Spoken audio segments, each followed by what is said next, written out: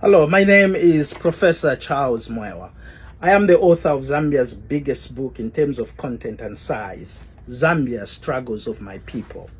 In the last segment, I talked about Lewanika, the office of the Lewanika of Zambia, and how important that office is as an example as well as something to look forward to. Because up to now, we think that Zambia may not have capable leaders.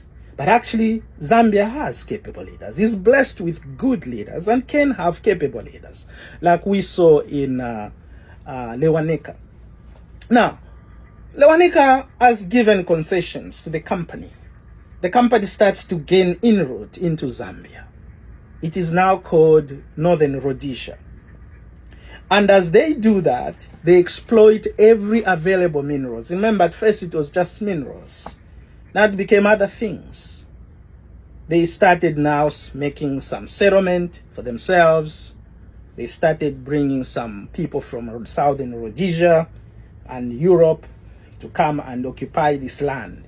Zambia now, by 1924, is full force a colony. The company has given way to the government of England.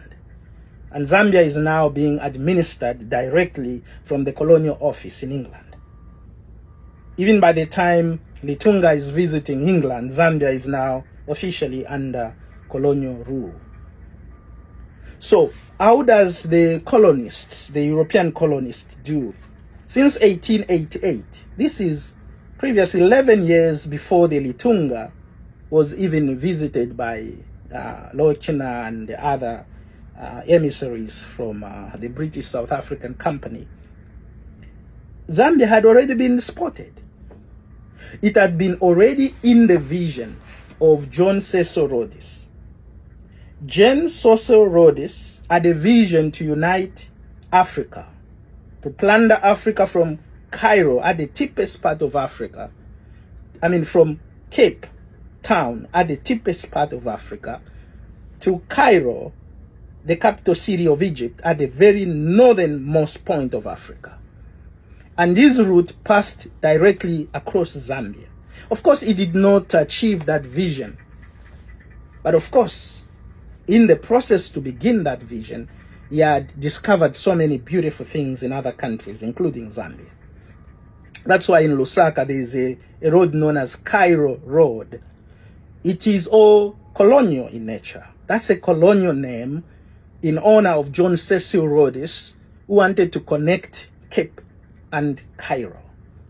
Now, do I say that because it's a colonial name, we need to change the name Cairo Road? That's up to the political echelons of the nation. But if I were the leader of Zambia, I would probably change that name, because it is not in the good spirits. It's not in line with what was plundered in Zambia. That name is a depiction of how our people were brutally utilized, abused, and even sometimes killed in the mines. We cannot get the vision of John Cecil Rhodes and honor it in any way or the other. Even the treaties that John Cecil Rhodes' emissaries signed in Northern Rhodesia, they were not based on good faith. There were a lot of lies and innuendos. Even as Kaplan, another of the writers, has put it forward. In fact, Kaplan is very much against the history of Africa. He doesn't have very good things to say about Africa, even when he had the ballpoint to write the stories of Africa. But even him, he has recognized that Cecil Rhodes was a shrewd man. He was a very shrewd politician. His dream was mixed with attributions of angst and oppression. Because of that only, not because of the name Cairo. Cairo is the capital city of Egypt. But because of the name attached to the man that dreamt of that, I wouldn't want it to feature as the name for the capital city in a capital city of Zambia, because of the nature of the man that had that vision. Anyway, that having been said, beginning as early as 1888, the BSA company, which by 1924 had given he had given all the mining and governance rights to the government of England. They had penetrated what is now known as Zambia.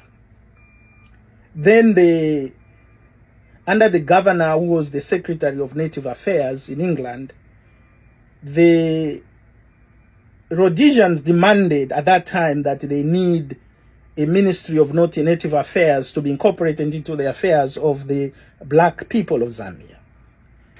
Now, the Native Affairs was to decide all appointments in the provincial administration of the country. At that time, it was still under British rule. It was still under the colony. So in Northern Rhodesia, the provincial administration comprised the provincial commissioner. Under him, there were 5 districts, districts led by district commissioners. So from the provincial commissioner to the district commissioner, and the district commissioner was assisted by district office cadets or officers.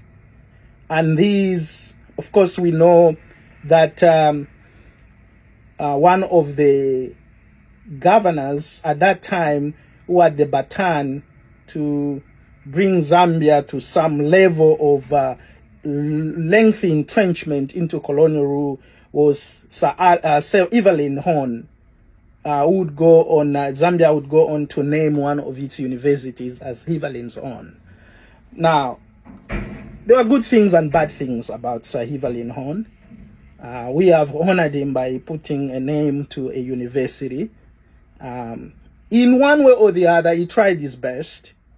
And when Zambia was gaining independence towards the end of 1963, which was the ending of the Rhodesian Nyasaland Federation, until when they gave the baton to the new African leaders that included Kenneth Kaunda and others.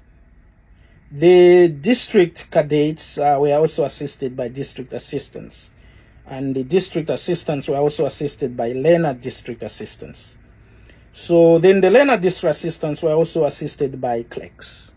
So you can see the hierarchy was quite instrumental, from the governor to the clerk. And no Zambian by 1964 had any position to the level of a clerk, the lowest position in the colonial government. Why do I make that emphasis? As I'll be discussing, these are some of the bequeaths we have achieved from colonial rule. Is that by the time of independence, Zambia was not prepared to rule. In fact, politically, ruling a country in the context of Western concept of governance, Zambia was not prepared at all. Litunga gives an example that Zambians had known how to govern themselves earlier than the British came. So when we got independence in 1964, our leaders started to learn governance Western way. We're going to build on that in the next segment. Bye for now.